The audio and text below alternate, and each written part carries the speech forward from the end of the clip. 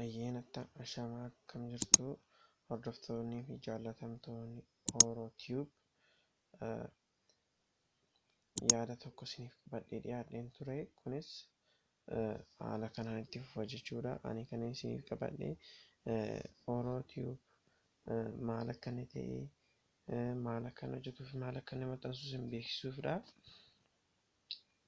OoroTube jechuun chaanaalii afaan Oromoo qofaadhaan irratti barsiifamuu ta'ee tokko fiilmotaa fi qosaawwan barnoota ogeessotaa fi kan kana fakkaatantu irratti maxxansama jechuudha. Fakkeenyaaf haala moobaayilaa, appilikeeshinoota haaraa dhufan fi kan kana fakkaatan irratti isiniif maxxansina jechuudha. Isin immoo maarree subscribe gochuun, like gochuun nu bira dhaabbadhaa isiniin jenna. Nuti yoo afaan keenya waliif guddisne malee nama adda biraa namni nu guddisu waan hin jirree fi like, share, subscribe gochuudhaan wal bira dhaabannee wal jajjabeessuu qabna isiniin jedha.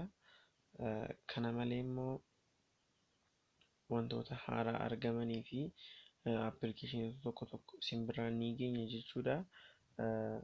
Aartii Oromoo keessatti gaheen OoroTube qabu keessaa tokko YouTube chaanaliin kun afaan Oromoodhaan wantoota dur jiranii fi fiilmota haaraa, qosaawwanii fi wantoota tokko tokko isin biraan ni geenya jechuudha. Kaayyoon keenya YouTube irratti subscriber baay'ifachuu osoo hin taane afaan keenyaan barnoota waliin geessisuudha.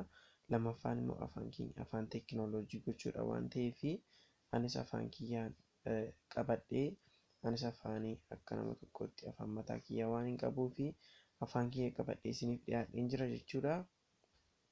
Maarreegaa uummatni Oromoo hundi namni tokko galee subscribe godhee nama tokkoof share gochuun wanta baay'ee salphaadha. Liinkii isaa fuudhee chaanaalii qabu irratti fe'uudhaan akka namoonni gara YouTube chaanaalii kanaa dhufan gochuutu isinirraa eegama jechuudha. OoroTube gama isaadhaan kan isiniin jedha. Galatoomaa isiniin jedha. Horaa baay'adha.